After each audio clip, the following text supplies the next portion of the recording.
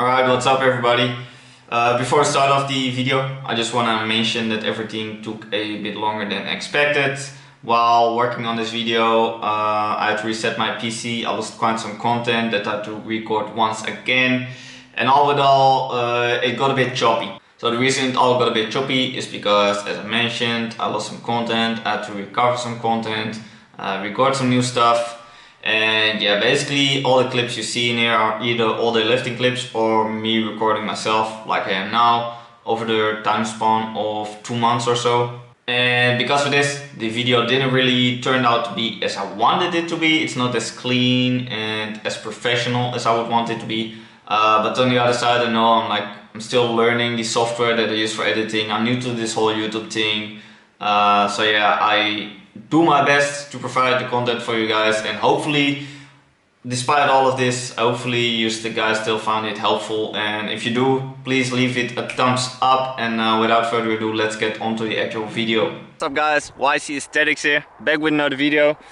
Just chilling outside in Mother Nature. Got some landscape stuff going on, some mountain landscape, the sunset almost, I guess. It's been a while.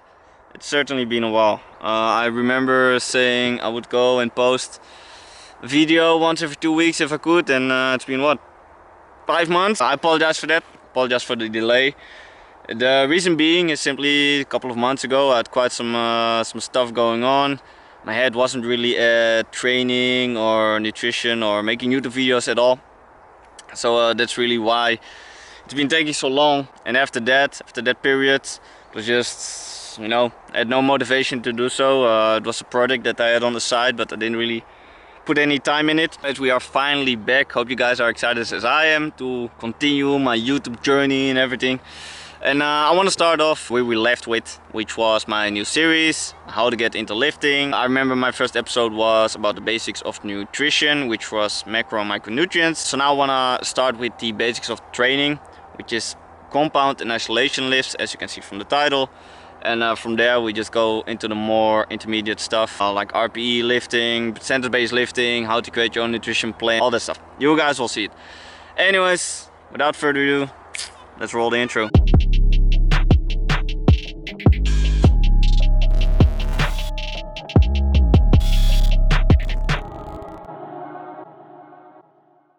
Alright guys, so for those who've never heard of the term compound and isolation exercise before, let's start off with what they are and what are the differences between them. Alright, so let's start off with compound exercises. Compound exercises are exercises that engage multiple muscles or muscle groups at the same time. They are multi-joint movements that are more taxing on the body in comparison to isolation exercises. Basically, they should be the primary focus of your programming in order to get stronger and bigger. Alright, so now you might be thinking, that's all cool, but what exactly are isolation exercises?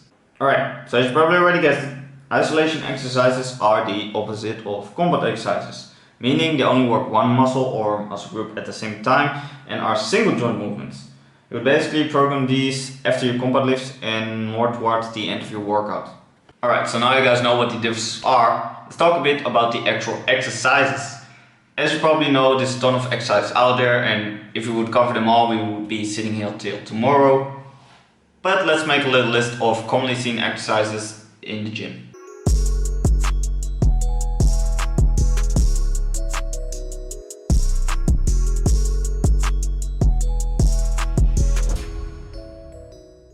Alright, so as you guys could see, that was a small list of compound movements that are often seen in a training program.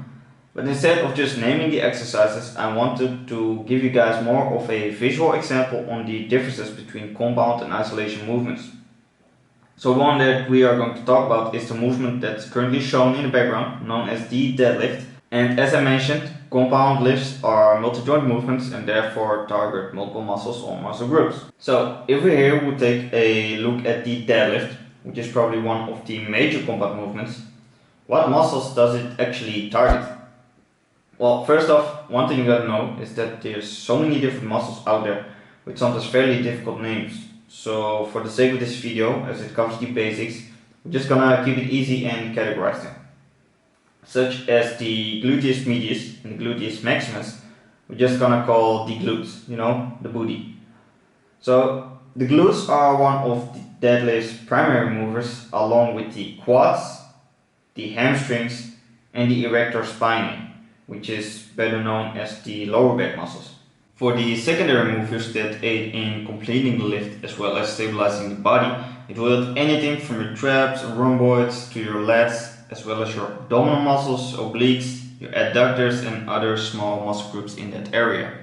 Alright, so that was it for the compound movements. Now before we get on to the isolation exercises, I just want to point out that the video shown is not a dumbbell curl, but as the gyms have been closing again due to the pandemic, I had to figure out something similar from home. Not the most ideal, but it will do the work for example purposes. So without further talking, let's get into it.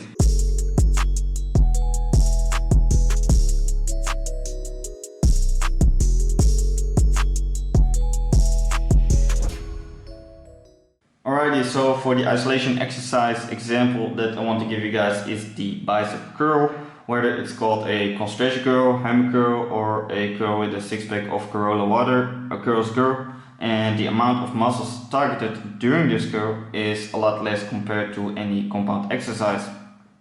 The bicep curl, for example, targets both parts of the bicep, known as the short and the long head, as primary movers, as well as the brachialis and brachioradialis, which are both part of the forearm muscles.